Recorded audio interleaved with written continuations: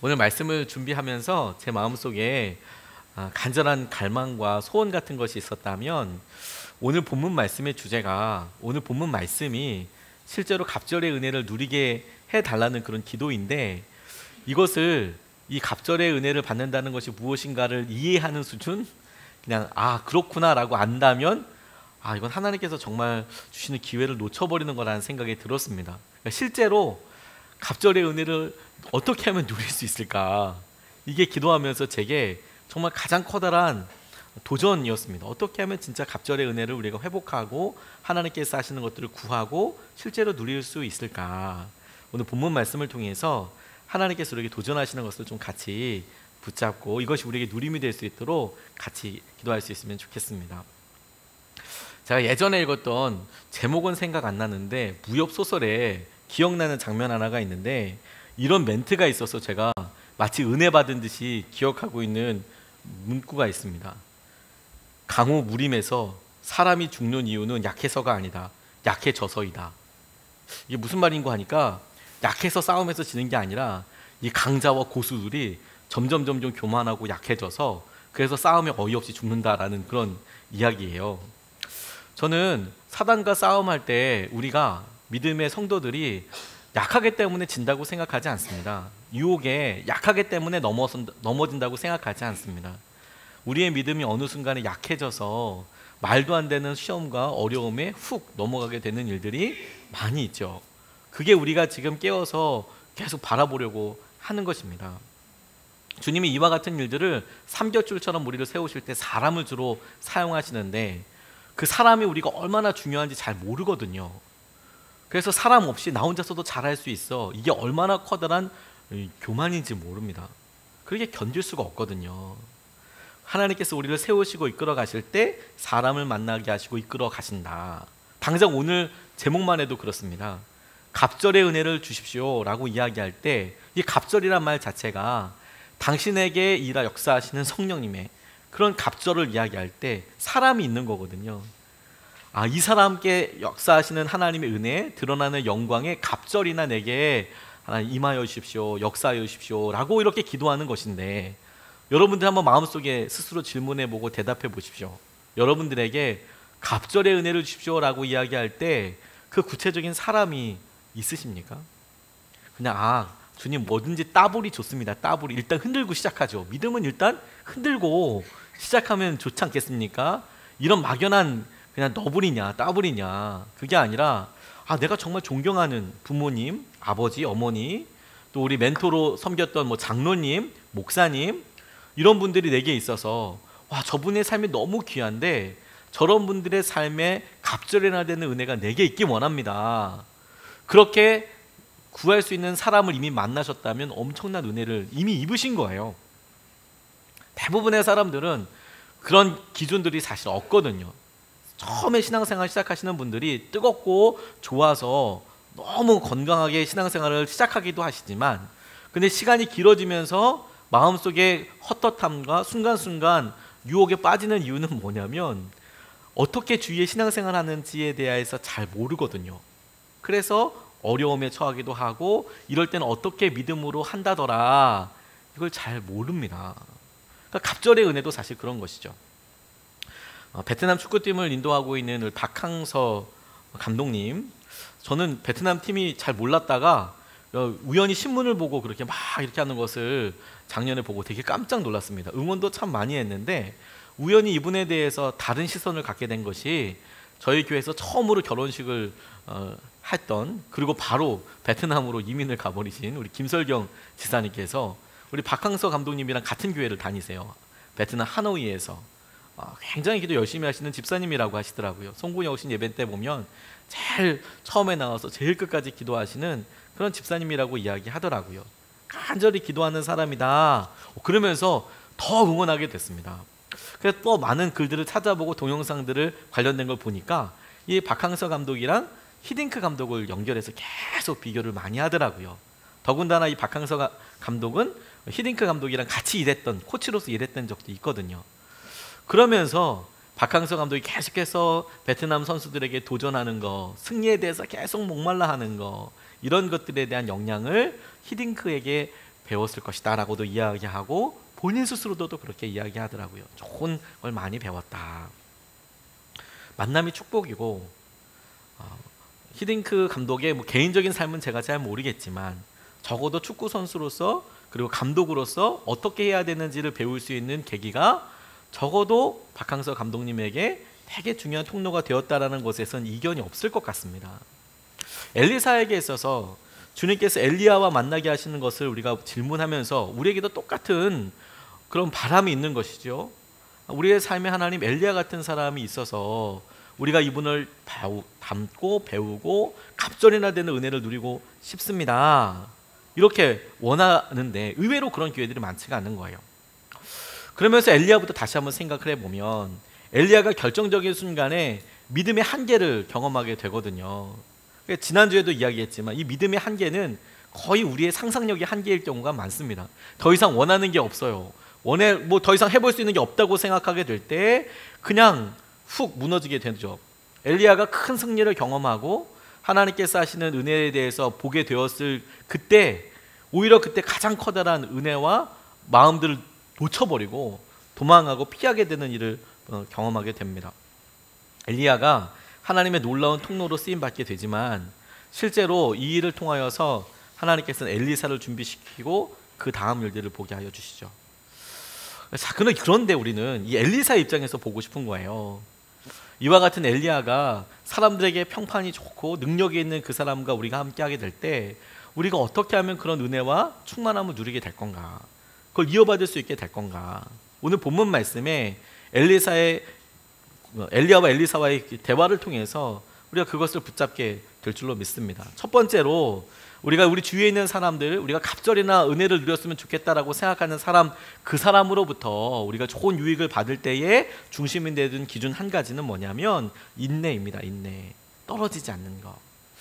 1절 2절 말씀에 보면 여호와께서 회오리 바람으로 엘리야를 하늘로 올리고자 하실 때에 엘리야가 엘리사와 더불어 길갈에서 나가더니 엘리야가 엘리사에게 이르되 청하건대 너는 여기 머물라 여호와께서 나를 베델로 보내시느니라 하니 엘리사가 이르되 여호와께서 살아계심과 당신의 영혼이 살아있음을 두고 맹세하노니 내가 당신을 떠나지 아니하겠나이다 하는지라. 이렇게 이야기하고 있습니다. 여기 머물러라 이야기하는데 당신을 따라가겠습니다. 똑같은 말이 4절 6절 말씀에도 나오게 되는데 각각 그가 있었던 길갈에서 베델에서 여리고에서 너 이곳에 머물러라 이렇게 이야기합니다.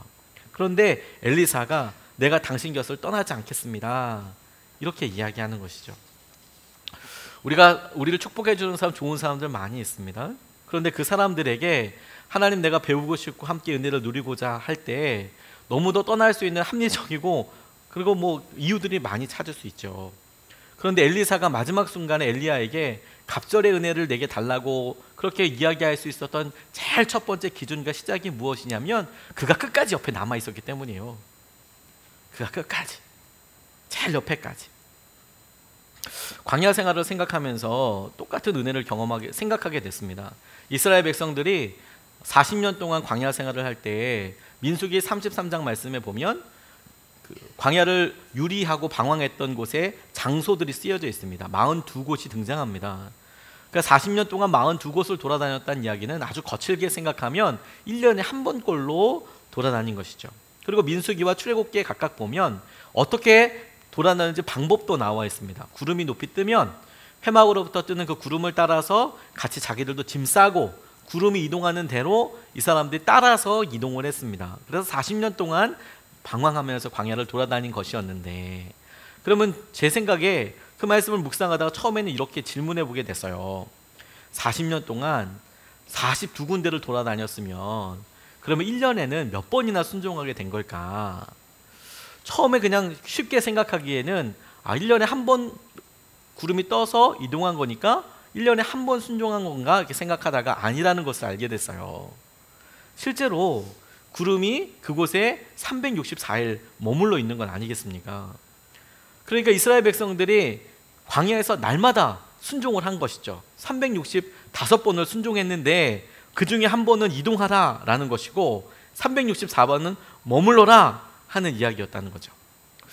다만 횟수의 순간뿐만 아니라 하나님께서 우리에게 말씀하실 때 우리에게 도전하실 때 이동해라, 옮겨라 이런 것보다 참아라, 인내해라, 그것이 우리에게 훨씬 더 많은 유익과 열매를 주는 경우들이 많다는 것을 알게 됐어요. 엘리사의 경우도 그렇습니다. 그가 너 여기서 남아있어라. 우리가 이것을 그냥 쓰여져 있는 멘트들만 이렇게 보니까 그런가 보다라고 싶지만 이때의 어떤 분위기였을까 이런 것들을 생각해 보면 다양한 상상들을 할 수 있습니다. 근데 그런 상상들은 뭐 다 빼고라도 3번이나 너 여기 머물러 있어라 이렇게 이야기 들을 때 에구 그냥 간다 그러고 그냥 갈 수도 있지 않았겠습니까? 근데 그가 내가 끝까지 머물러 있을 것입니다. 당신을 따라가겠습니다 라고 메어달리고 있는 것이죠. 그게 하나님께서 주신 은혜와 축복을 누리게 되는 제일 중요한 첫 번째 단추였다는 거예요. 단추였다는 거. 제가 청년사역 할 때 잘 교제하던 목사님 중에 한 분이 되게 이렇게 탁월하신 분이 계셨어요. 큰 집회들이 한 뭐 2,000명, 3,000명씩 모이고 그런 집회들은 스태프들도 굉장히 많습니다. 300명 정도가 스태프들로 섬겨요. 왜 그렇게 많나 싶지만 실제로 일손이 아주 많이 필요합니다. 그냥 3,000명이 가만히 은혜 받고 있는 게 아니라 이 사람들이 이동하고 뭐 이렇게 하려고 그러면 보이지 않는 곳에 굉장히 많은 사람들이 섬기고 있어요. 한 뭐 200명, 300명이 섬기고 있습니다. 근데 그럴 때는 이제 말로 해서는 되지 않고 미리 다 계획서를 짭니다. 우리가 큐시트라고도 하고 콘티라고도 이야기하는데 회의를 여러 번 해서 안 보일 때 이거 하고 이거 할 거해서 각 파트별로 막 움직이는데 그걸 아주 탁월하게 짜는 분이 한 분 계셨어요. 그게 쉽지 않거든요. 이게 100명이랑 같이 예배할 때랑 1000명이랑 예배할 때랑 한 3000명, 5000명 예배할 때가 다릅니다. 규모 자체가 다릅니다. 거의 막 책 한 권 정도가 나와요. 뭐 엄청나게 이렇게 되는데 정말 탁월한 분인데 이분이 청년 사역을 그만두어야 될 시점이 됐어요.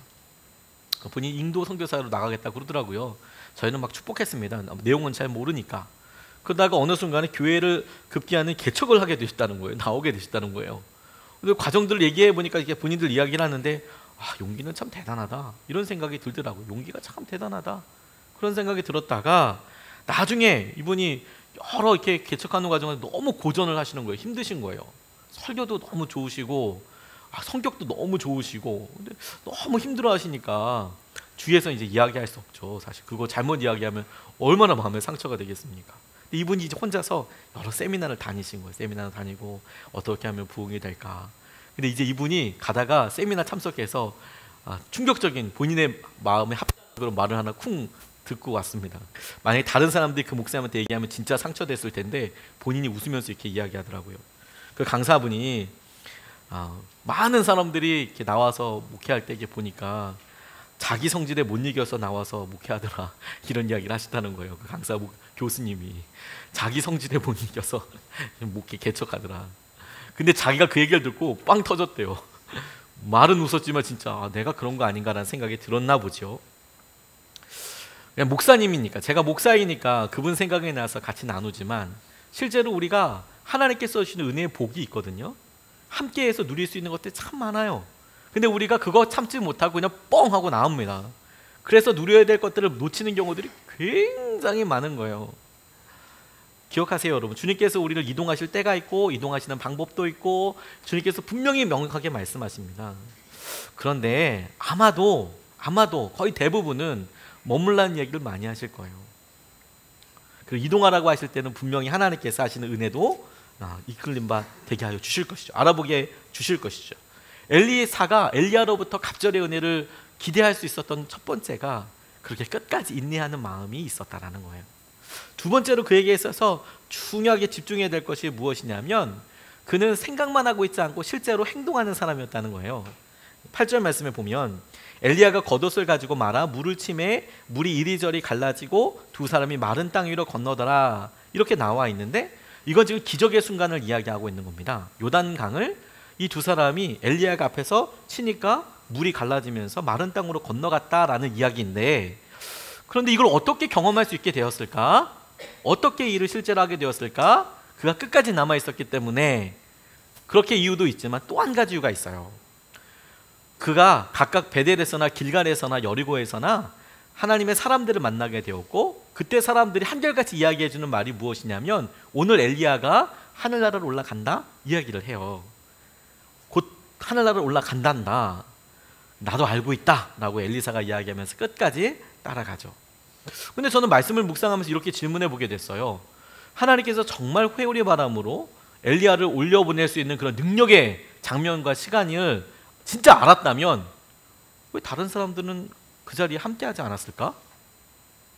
왜 그 자리에 다른 사람들은 함께해서 그것을 같이 보지 않았을까? 하는 생각이 들었어요. 이상하지 않습니까? 하나님께서 그를 하늘나라로 올리신대요. 그걸 본인들이 알고 있어요. 자기들 입으로 말을 해요. 그런데 실제로 거기 가서 있지는 않아요. 그냥 그런가 보다, 그게 좋은가 보다 라고 생각을 하죠. 의외로 우리 믿음 생활하면서 그런 일 되게 많습니다. 하나님께서 이 일을 기뻐하신다는 거 알아요. 하나님께서 이렇게 하기 원하신다는 것도 잘 압니다. 그런데 그 일에 실제로 실행하거나 순종하거나 나아가지는 잘 않는 것 같아요. 그게 이상한 거죠. 근데 굉장히 많이 그렇게 합니다. 제가 한미준 한국교회 미래를 준비하는 그런 기도 모임에서 유기성 목사님을 만났을 때 이야기를 나눈 적이 있습니다. 전도사로서 진로 이야기하고 걱정하고 기도하고 있을 때 하나님께서 하나님의 종으로 사는 것이 제 삶의 목표라고 명확하게 알려주셨습니다. 그래서 이력서랑 자기소개서 가지고 가서 저는 월급도 필요 없고 제 미래도 다 주님께 맡기고 하나님께서 하시는 모든 일에 순종할 마음이 되어 있습니다. 뽑아주십시오. 이렇게 해서 유기성 목사님 만나게 됐고, 그래서 사역을 뭐 한 15년 이상 그렇게 같이 했다. 이런 이야기들을 전도사님들이나 목사님들이나 만나면 자연스럽게 제 삶에 있어서 중요한 주님께서 주신 전환점이기 때문에 고백을 하게 되거든요. 그러면 전도사님들이나 목사님들 가운데 그런 갈망들이 있으세요. 야, 그렇게 하나님께 드리고 하나님께 다 이렇게 순종하고 그러면 참 좋겠다. 이런 생각들을 다 하세요. 근데 실제로 그렇게 하시는 분들은 많지 않아요. 그게 좋다는 걸 알아요. 해보고 싶어 하세요. 그리고 그런 가능성에 대해서도 생각하세요. 제가 뭐 더 낫다 이렇게 이야기하려는 것이 아니라 뭐가 좋다 들어서 내가 아는데 그렇게 하는 것도 방법이겠다. 그렇게 하는 것도 하나님께서 하시는 은혜를 진짜 직접 대면하게 되는 통로이겠다. 그런데 그 일에 내가 마음을 들이지 않아요. 그러면 하나님께서 하시는 은혜, 하나님께서 하시는 갑절의 은혜를 주시는 그 순간에 함께하기가 어려운 겁니다. 우리가 믿고 있는 예수님은 살아계신 주님이세요. 그냥 대충 어떻게 얼버무려서 느낌으로 알아서 정보로 알아서 내가 찍어서 어떻게 누릴 수 있는 분이 아니고요. 살아계신 주님께서 인격적으로 우리에게 말씀하시고 우리 가운데 함께하여 주시는 것이죠. 그래서 우리가 살아계신 주님께 기도하는 겁니다. 주님께 생하신 은혜를 우리가 같이 구하는 것이죠. 그래서 우리가 받는 은혜들이 놀라운 거거든요. 근데 이게 그냥 그럴 것이다 라고 생각하면 그건 진짜 주님도 그래 너 그렇게 하면 복 받을 거야 이렇게 얘기해 주세요. 은혜를 주시는 게 아니라 그래 네가 그렇게 하면 은혜를 받겠네. 주님도 그렇게 얘기하시겠죠. 주님 제가 이렇게 순종하고 이렇게 주님을 예배하면 주님 저한테 큰 은혜와 회복이 있겠네요. 그러면 주님도 그렇겠네 이렇게 하고 끝난다는 거예요.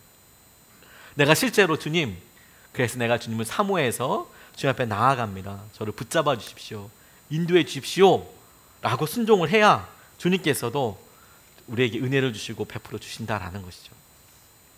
요한복음 14장 12절 말씀에 보면 내가 진정으로 너희에게 말한다. 나를 믿는 사람은 내가 하는 일도 그도 할 것이요 그보다 더 큰 일도 할 것이다.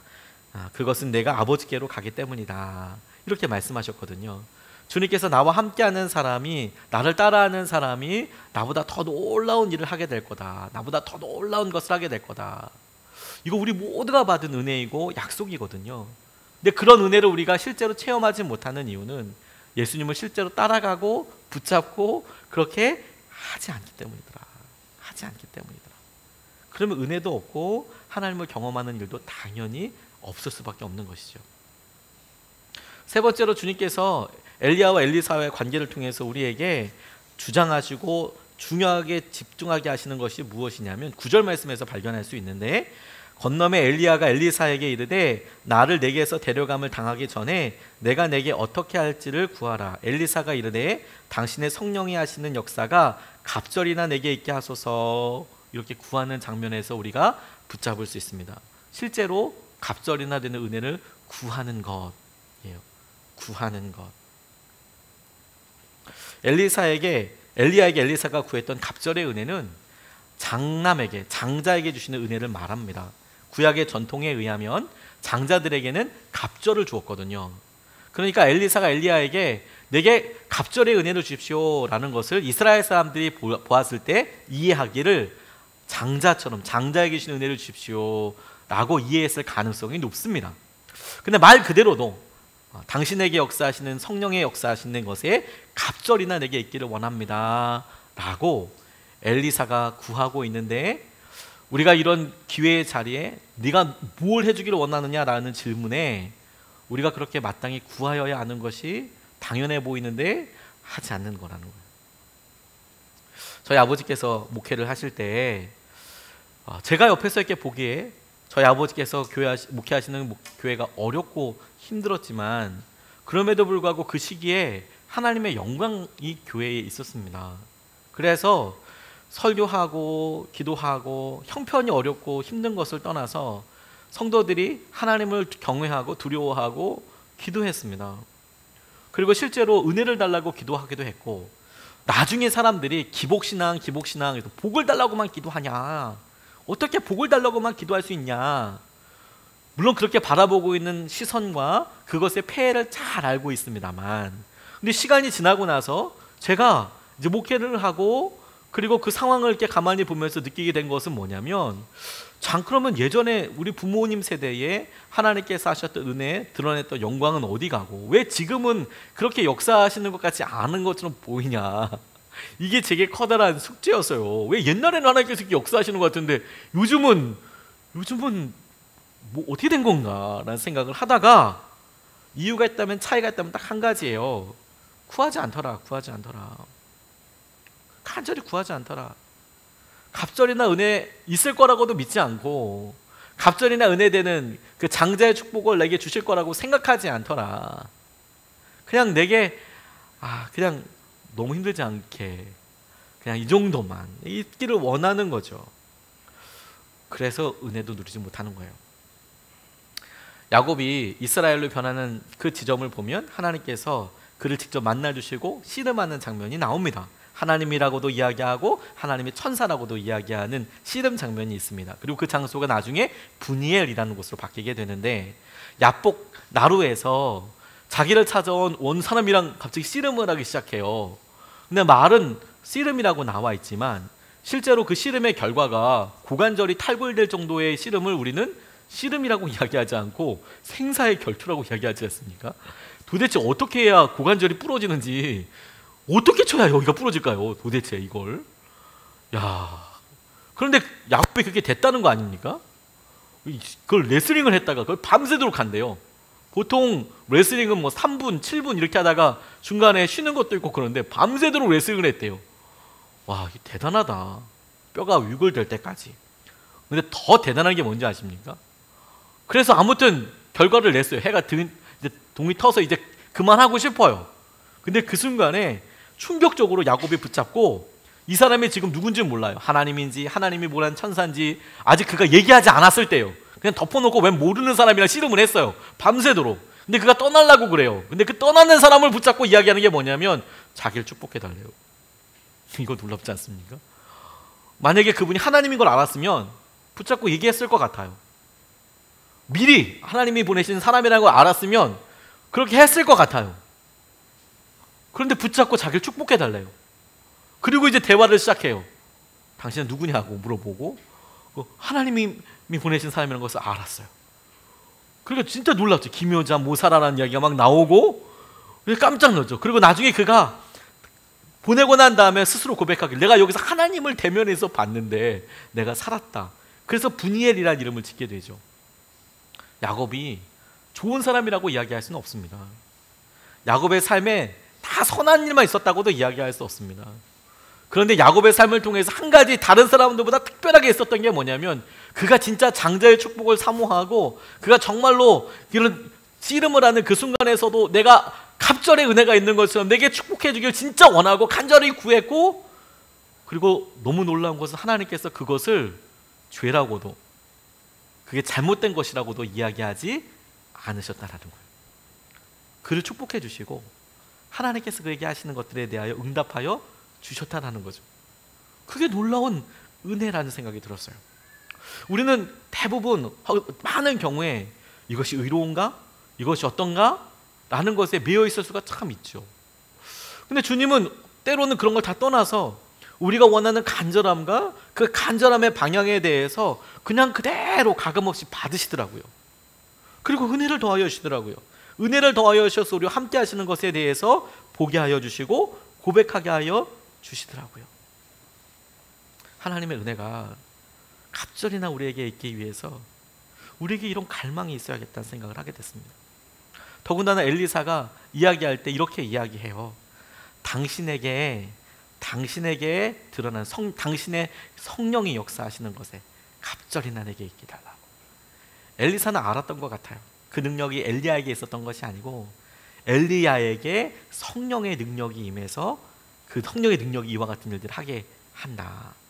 그런데 그런 능력의 갑절이나 내게 있게 해 주십시오 라고 우리가 생각하기에는 하나님께 구해야 될 것을 엘리야에게 이야기하고 있는 이유는 그가 얼마만큼 그것에 대해서 소원하고 그의 축복을 바라고 있었는지를 보여주는 일이라는 생각을 하게 됐어요. 주님을 선택하는 것, 주님을 붙잡는 것, 이것이 놀라운 능력이고 축복 자체인 겁니다. 제가 이렇게 목회하면서 여러 일들 이렇게 있을 때 특별히 영적으로 어려움을 호소하는 지체들을 자주 만났던 적이 있었습니다. 그런 기간이 있었습니다. 자기 마음속에 있는 것들이 혼란스럽고 두렵기도 하고 염려가 되기도 하고 그런 것들에 있어서 묘하게 경계를 타는 거죠. 경계라고 이야기하는 것은 저분에게, 저 지체에게 병원에 한번 가보라고 이야기해야 되는 건가? 아니면 치료를 받기 위해서 좀 더 구체적인 어떤 걸 해보라고 해야 되는 거 아닌가 하는 그런 지체들을 많이 만난 적이 있었어요. 그런데 주님께서 그때 제게 기도하게 하신 게 영분별의 은사를 놓고 기도해라, 영적인 강력한 권위를 놓고 기도해라, 그런 갈망이 제게 있었어요. 하나님께 주신 거라고 생각하고 저는 기도했는데 나중에는 아니더라고요. 하나님 이게 뭔지 잘 모르겠습니다. 하나님 딱 보면 알게 해주세요. 기도하면 알아차리게 해주세요. 그래서 하나님 영광을 위해서 사용받게 해주세요. 이렇게 기도하는데 주님께서 아니다라는 사인을 주셨어요. 왜요? 이게 저를 위한 것도 아니고 제가 지금 저를 고쳐달라는 것도 아니고 제게 온 이 지체들, 성도들을 사랑하기 위해서 하나 이런 걸 달라고 하는데 왜 아닐까요? 라고 이야기할 때 주님이 말씀하시기를 네가 그런 은사 받으면 나 없이 하려고 할 거다. 그런 은사 대신에 내가 너랑 함께 하겠다. 그게 더 낫다. 그게 훨씬 더 낫다. 능력이 없어도 주님이 나와 함께 하시는 것이 훨씬 더 낫다. 당신의 성령이 내게 갑절이나 있게 해주십시오. 그 은혜가 내게 있게 해주십시오. 엘리사 스스로가 하나님께서 엘리야에게 어떻게 역사하시는지, 그때 당시만 해도 구약시대에는 성령님께서 우리에게 예수님을 통하여서 약속하신 대로 오신 이 전이었기 때문에 어떻게 성령님이 오는지 잘 몰랐던 것 같아요. 그런데 그의 간절한 소원대로 하나님께서 그를 붙잡아 주시고 이끌어 주시고 역사하여 주시더라. 오늘 우리가 그 주님을 갈망하면서 기도할 수 있으면 좋겠습니다. 제가 오늘 말씀을 준비하면서 계속 주님께서 떠오르게 하신 찬송이 하나 있어요. 이 찬양을 이렇게 기도하면서 제 마음속에 하나님 이 설교를 하고 나서 하나님께서 이 마음을 나누고 나서 그렇구나, 주님께 그렇게 돼서 이렇게 되는 거구나 라고 된다면 하나님께서 정말 원하시는 것이 한 60%, 40%일 수 있겠다. 진짜로 하는 우리 모두가 갑절의 은혜를 누리게 해주십시오. 이 말씀의 키는 그거 아니겠습니까? 갑절의 은혜를 누리게 하소서라고 했더니 엘리사에게 갑절의 은혜가 임했다라는 거 아니겠습니까? 그러니까 이거 말씀 그대로 주님, 이 말씀대로 이번 주에 우리에게 갑절의 은혜가 임하게 해주십시오. 우리 각자가 생각하는 우리 부모님, 우리 목사님, 우리 속장님, 우리 장로님 누구든 간에 하나님 우리에게 갑절의 은혜가 있기를 원합니다. 우리가 이 재정 문제를 해결하기 위하여, 우리가 이 관계를 해결하기 위하여, 하나님 우리가 이런 어려움들을 넘어서기 위하여 갑절의 은혜가 우리에게 있기를 원합니다. 우리 같이 찬양하시고 기도하고 싶습니다.